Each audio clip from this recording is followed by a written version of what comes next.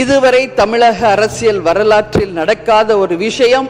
அதுவும் இந்த வரலாற்று சிறப்பு மிக்க இந்த அவையிலே இந்த முக்கியமான நாளில் அதை பற்றி பேச வேண்டிய ஒரு நிலையை ஏற்பட்டதற்காக உண்மையில் நான் மனம் வேதனை அடைகிறேன். வரலாற்று சிறப்பு மிக்க இந்த அவையில இன்றைக்கு பெரும்பான்மையை நிரூபிக்க வேண்டிய தருணத்தில் முதல் முறையாக மனவேதனையோடு நான் பதிய வைக்கிறேன். முதல்வர் அவர்களை சந்திக்க யார் முகத்தை மூடிக்கொண்டு அன்று வாகனத்தில் சென்றார்கள் என்பதை நிச்சயமாக மக்களுக்கு தெரியப்படுத்த வேண்டும். அதே போல அரசு குடும்பத்தில் இருந்து நான் வந்தவன் இல்லை என்று முதல்வர் சொல்லும் பொழுது, அப்படி உங்களுக்கு ராஜகுருவா இருந்தா உங்க பர்சனலா அவரை வச்சுக்கணும். பட் அவரை அரசு உயர் பதவியில கொண்டு இளைஞர்களை நம்பி மக்கள் வாக்களிச்சிருக்காங்க. இந்த வரலாற்று சிறப்பு மிக்க இந்த அவையிலே இன்றைக்கு மிக முக்கியமான நாளான இந்த நாளில் என்னுடைய உரையிலே நேற்றே முதலமைச்சர் அவர்களுக்கு இன்றைக்கு பெரும்பான்மையை நீங்கள் நிரூபிக்க வேண்டும் என்று என்னுடைய வாழ்த்துக்களை நேற்றே நான் பதிய வைத்திருக்கிறேன்.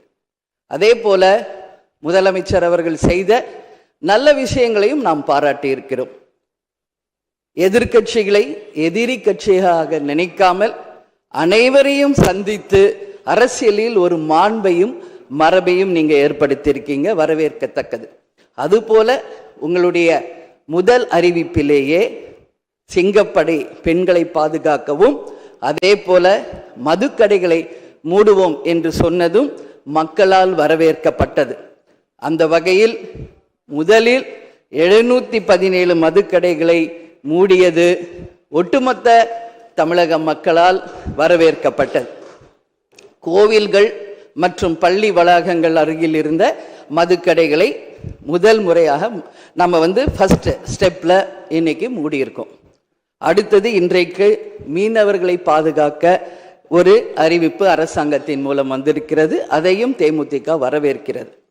இது எல்லாம் இருப்பினும் முதல்வர் அவர்களே, நீங்கள் அன்றைக்கு பதவியேற்ற அன்றைக்கு சொன்னது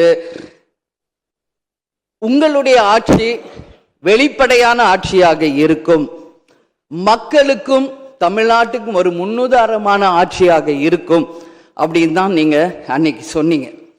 அதுபோல அரசு குடும்பத்தில் இருந்து வந்தவன் அல்ல, ஒரு எளிமையான குடும்பத்தில் இருந்து வந்தவன் தான் என்பதை முதலமைச்சராக நீங்க பதவியேற்றதை அனைவருமே வரவேற்றோம், மக்களும் வரவேற்றனர். நாம் சொல்லும் செயலும் ஒன்றாக இருக்க வேண்டும் என்பதில் யாருக்கும் மாற்று கருத்து கிடையாது. வரலாற்று சிறப்பு மிக்க இந்த அவையில இன்றைக்கு பெரும்பான்மையை நிரூபிக்க வேண்டிய தருணத்தில் முதல் முறையாக மனவேதனையோடு நான் பதிய வைக்கிறேன். இங்கு குதிரை பேரம் நடந்ததாக இன்றைக்கு எதிர்கட்சிகள் அத்தனை பேருமே அதை சொல்லும் பொழுது, இதுவரை தமிழக அரசியல் வரலாற்றில் நடக்காத ஒரு விஷயம். அதுவும் இந்த வரலாற்று சிறப்பு மிக்க இந்த அவையிலே இந்த முக்கியமான நாளில் அதை பற்றி பேச வேண்டிய ஒரு நிலையை ஏற்பட்டதற்காக உண்மையில் நான் மனம் வேதனை அடைகிறேன்.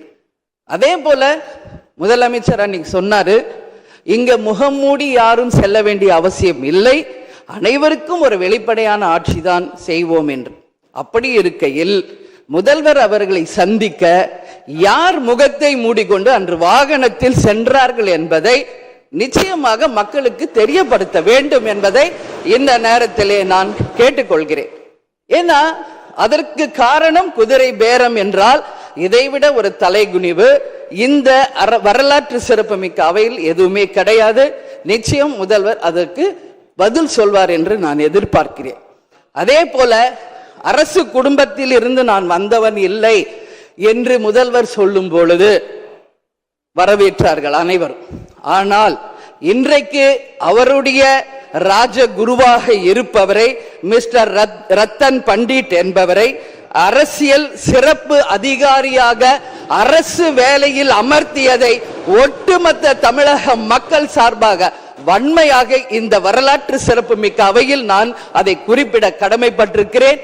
அப்படி உங்களுக்கு ராஜகுருவா இருந்தா உங்க பர்சனலா அவரை வச்சுக்கணும். பட் அவரை அரசு உயர் பதவியில கொண்டு வந்து இளைஞர்களை நம்பி மக்கள் வாக்களிச்சிருக்காங்க. இந்த இளைஞர்களுக்கு நீங்கள் என்ன உதாரணத்தை சொல்கிறீர்கள், என்ன வரலாற்றை நீங்கள் சொல்ல விரும்புகிறீர்கள், வருங்கால இளைஞர்களுக்கும் எதிர்காலத்திற்கும் இதன் மூலம் என்ன மெசேஜ் நீங்க சொல்றீங்க அப்படிங்கறத நிச்சயம் தெளிவுபடுத்தணும். ஏன்னா இன்னைக்கு மக்கள் ஜனநாயகத்தை நம்பி இளைஞர்கள் கையில ஆட்சியை கொடுத்திருக்கிறார்கள். அப்போ வருங்காலம் இளைஞர்களும் வருங்காலத்திற்கும் இந்த அரசு ஒரு முன் உதாரணமா இருக்க வேண்டும் என்பதுதான் என்னுடைய ஒரு கோரிக்கை என்பதை இந்த நேரத்தில் நான் ஆணித்தரமாக பதிய வைக்கிறேன். அது மட்டும் கிடையாது, இந்த ஆட்சி மக்களுக்கான ஒரு நேர்மையான ஆட்சியா இருக்கணும். ஜனநாயகத்தின் மீதும் மக்கள் மீதும் நம்பிக்கை கொண்டு மக்கள் தீர்ப்பே மகேசன் தீர்ப்பு என்று சொல்லக்கூடிய அளவு எதிர்காலத்தில் இந்த ஆட்சி நிச்சயமாக இளைஞர்களுக்கும் எதிர்காலத்திற்கும் நல்ல வகையில எடுத்துக்காட்டாக இருக்க வேண்டும் என்று கேட்டுக்கொண்டு, நான் சார்ந்த இயக்கமான தேசிய முற்போக்கு திராவிட கழகத்தின் சார்பாகவும் எங்கள் நிறுவன தலைவர் அன்பு தலைவர் கேப்டன் அவர்களை வணங்கி விடைபெறுகிறேன். நன்றி, வணக்கம்.